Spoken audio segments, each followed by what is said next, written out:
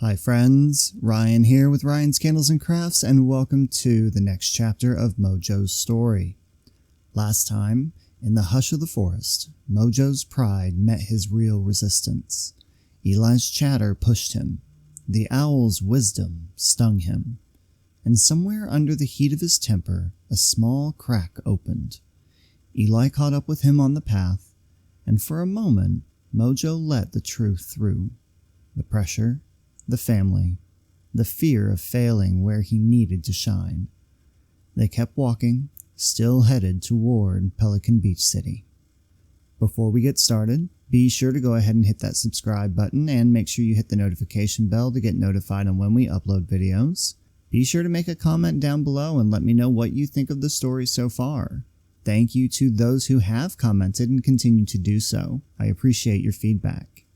Lastly, there are a few ways that you can help support the channel. First, by going to our Patreon page, there's a link down below, and you can help create our stories if you're interested. Other ways to help support the channel include first-time buyers for the Diamond Art Club. There is a link in the description down below that goes to an affiliate link. You get a discount and helps the channel. You can also click on the PayPal link and give a tip if you'd like. Thank you everyone so much for your support. Now let's go ahead and get started.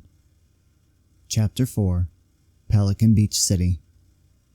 Mojo and Eli emerged from the trees and into the light. The forest dropped away behind them, and the land lifted ahead, bright and wide. On the far sweep of the coast, Pelican Beach City spread itself along the water, glinting in the sun. High-rises stood clean and ocean bright. A long pier reached into the blue, piled with kiosks and stalls, banners and games, a tangle of color that bobbed and fluttered in the breeze. Above it all, skyways crisscrossed, broad, busy corridors of air traffic, flocks of birds banking and landing with the quick confidence of locals who knew every current by heart. From here, the city sounded distant and alive. Calls and chatter, ship horns, and laughter rolling off the pier. A carousel bell somewhere faint and bright. Mojo stopped and stared, feathers lifting. This was it. A real city. A real stage waiting inside it. "Will you look at that?" Eli breathed, glasses flashing, his 3 orange plumes bending in the wind. "Whole sky's a tightrope. I could walk from window to window. Imagine me up there, balancing with the gulls." He mimed, tiptoeing on thin air, then caught himself and laughed. "Well, maybe not with the gulls. They're rude." Mojo's chest rose. "This is where I belong," he said softly, half to Eli, half to the horizon. "Lights, crowds, a floor that was built to hear me land." They threaded the low path that spilled from the clearing to the city's green edge. Short grasses turned to wind-twisted shrubs, then to boardwalk planks. Before they hit the first row of tall buildings, they heard a beat drifting in the sandy stretch beside the path. Soft at first, then clear, the clean pulse cadence of practice. Mojo angled toward it without thinking. Eli followed, curious, hoping to keep up. A handful of dancers had claimed a flat patch area. One bird in a sleeveless tee worked a break routine, footwork skirting, body dropping into a freeze that seemed to pour strength into the ground, then snapping up into a tight spin that tossed sand in a delicate golden arc. Another moved along with a ballroom glide, shaping an invisible partner from the air, slow rise, controlled fall, a promenade that curved gracefully. And near the edge of the practice circle stood a bird whose color caught the eye first and kept it. Feathers bright yellow as noon, warming to a fiery orange at the wing tips, the same gradient climbing to the head in the burst of red plumes that crowned her. She was about Mojo's height. The way she stood made every line honest and clean. She watched the breakdancer finish, then stepped forward and tested a phrase of her own. Nothing huge, just a measure or two, but every piece fit without effort, like it had been waiting there all morning for her to arrive and claim it. Mojo slowed, Eli, caught by the sight, whispered, "Whoa." The yellow bird looked over and saw them first. Her expression opened immediately. "You two lost?" "Not lost," Mojo said, smoothing his tuft with a casual flick. "Just arriving." "I'm Eli said brightly. "And this is Mojo. He's here to win a thing, and I'm here not to fall off things." She smiled, a quick lift of the beak. "Beth," she said, "welcome to the outskirts. I practice out here when the city noise gets too thick. Easier to hear what I'm doing if the world isn't shouting back." "You live in Pelican Beach City?" Eli asked, peering like he could see her address written on her feathers.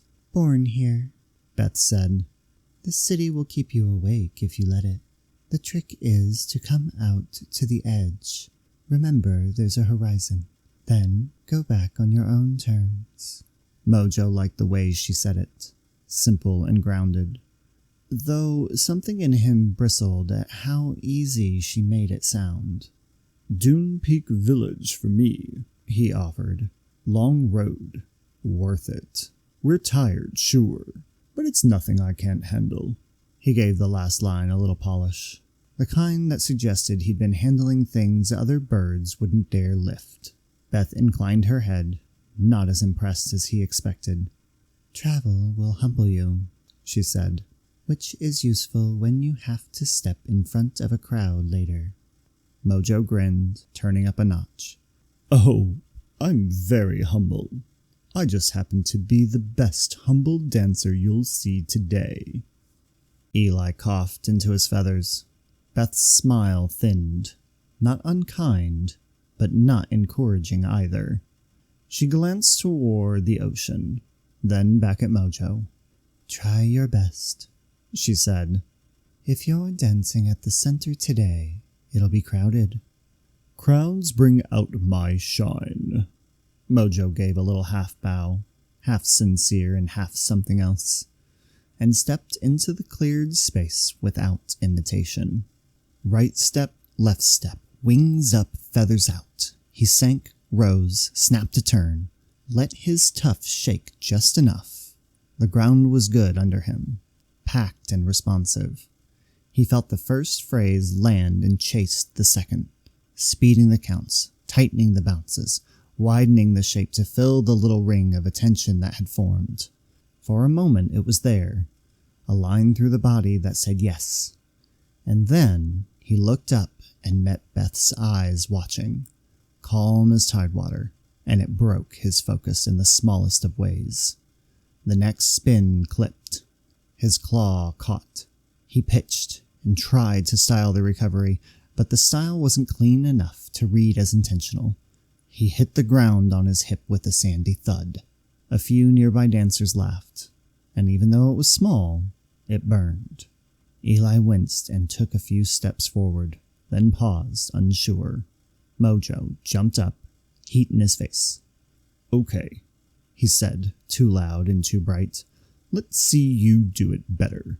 Beth blinked once like she was disappointed that the conversation had become a contest, then nodded. "All right."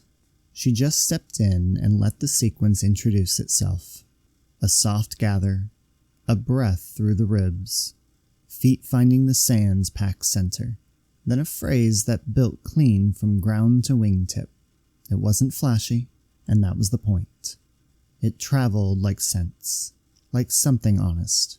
She took a turn that changed speed halfway through and made time bend around it.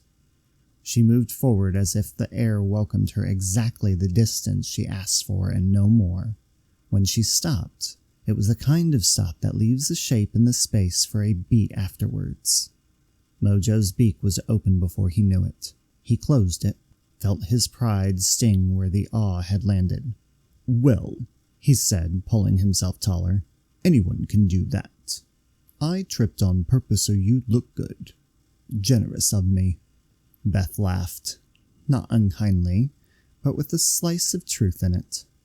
"If that's your generosity, save it for the judges.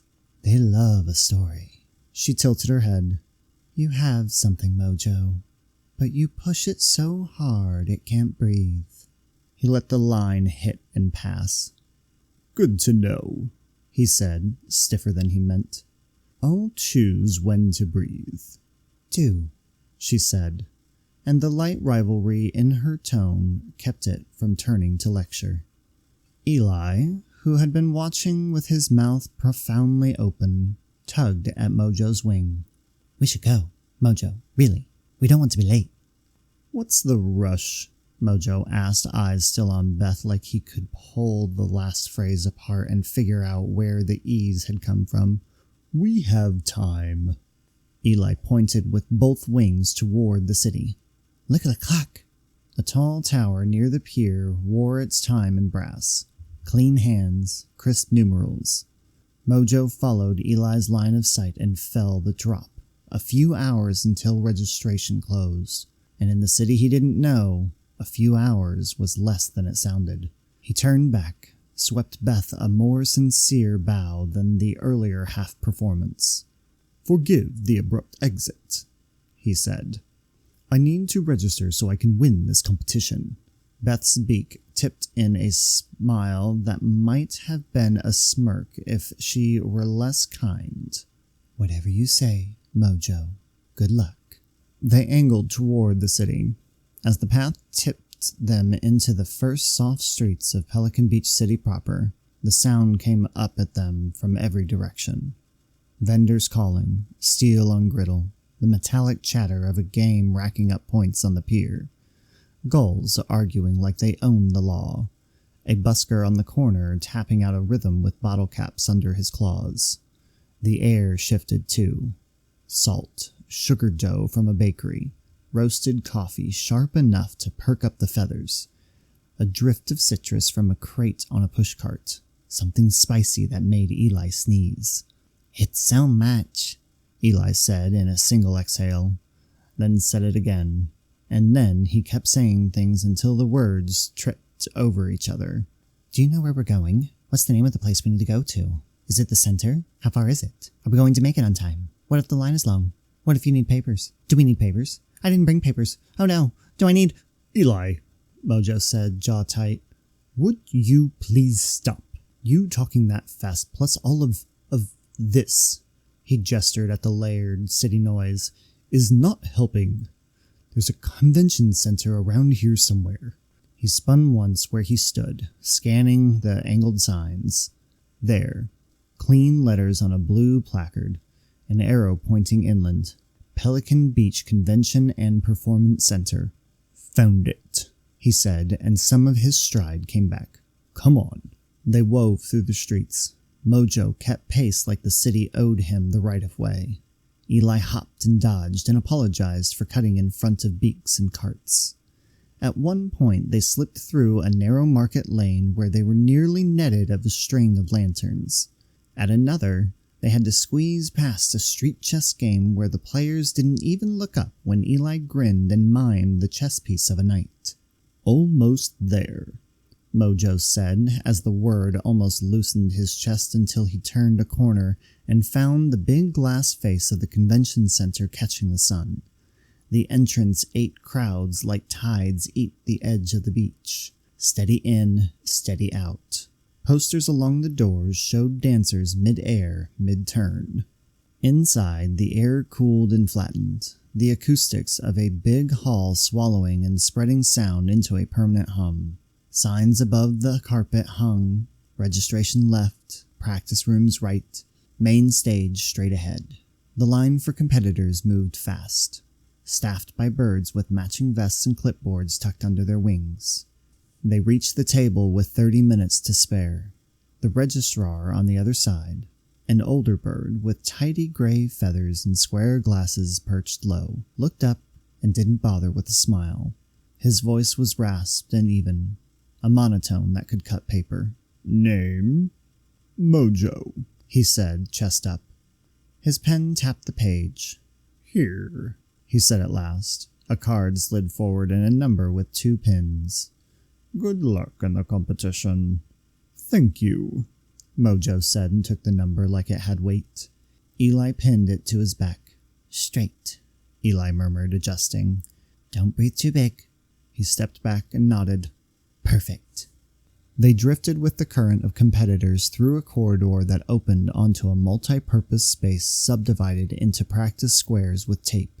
Everywhere, dancers warming up, counting under their breath, working tight phrases and loud ones, shaking out legs and wrists. Some moved with headphones on, some sang their counts to keep them from floating away. There were feathers from every corner. Glossy blacks, seaside grays, tropical blues, feathers freckled and barred and plain, bodies tall, quick, small, and steady. For the first time, Mojo felt the weight of the crowd bear down on him. He was used to being the only point of heat in a room. Here, the temperature had been raised by 100. He took a step inside and another and felt his heart slide sideways. For an instant, the stage wasn't a stage. It was his parents' dining table with the chart laid out and his father's glasses slipping down his beak, his mother setting a cup and saying, "Try," and the feeling that trying was always a polite word for failing politely. He saw the ridge in his sister's brow when she solved something and then looked at him like she couldn't remember the steps to get him there. He heard the sentence that had followed him on every night he had chosen dance over diagrams. Be sensible, be useful, be what you know how to name. "Mojo?" Eli said, too far away. The room tilted. The lights overhead felt like they were pressing down instead of waiting to rise.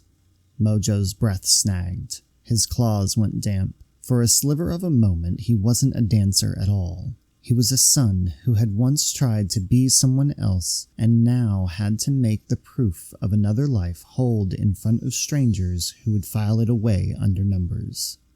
"Mojo?"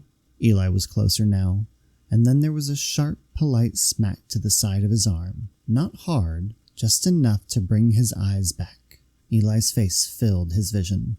Big glasses, earnest alarm, orange plumes flicked to attention. "Hey, breathe, in, out, again." Mojo blinked. The lights went back to being lights. The stage went back to being a floor with a job to do. He swallowed and rubbed his arm where Eli had swatted him. "Sorry," he said, very low voice. "My parents were in my head again." Eli nodded, relieved. "They're not here," he said simply. "You are. You own your steps. You make your path, not them." He tilted his head, gentler now. "You said you're the best, remember? Then be the best, for you." Mojo let the words land and stay. He managed a small smile that didn't feel like armor. He set a wing on Eli's shoulders and left it there for a beat. "Thanks, friend." They stood side by side and looked at the hall again, this time without the old voices crowding it. Mojo could still feel the push of the place, the ask of it, but it didn't tip him. Instead, he began to sort its pieces the way a dancer does, where the floor might grip, where the lights might blind, how to take the first 2 steps in a way that would make his body believe him even if his mind wanted to run. They turned to go, and Eli fell into step without bouncing. The corridor back to the practice rooms felt shorter on the return. Along the way, they passed a trio working a tight sync phrase that clicked like a lock. A soloist whispering counts. A pair laughing breathlessly because laughing was the only way to make nerves back down. Mojo felt his own chest answer smaller, steadier. Yes, yes, yes. At the corner before the warm-up hall, Eli stopped and looked up at him. "We're not just travel companions anymore, are we?" Mojo took a second before replying. "No," he said. "We're friends." "Friends who tell the truth," Eli added, "even when it's annoying." Mojo huffed a laugh, especially then. They reached the edge of a taped square, and Mojo stepped in. He set his claws where he wanted them, and let breath scale up through him from ground to crown. Right step, left step, wings up, feathers out. He didn't look for Beth in his memory, or the owl, or the parents. He looked for the part of himself that had always been clear when everything else blurred. It answered, not loudly, just enough. He glanced at Eli. "All right," he said, more to the room than to the bird. "Next thing to do is dance."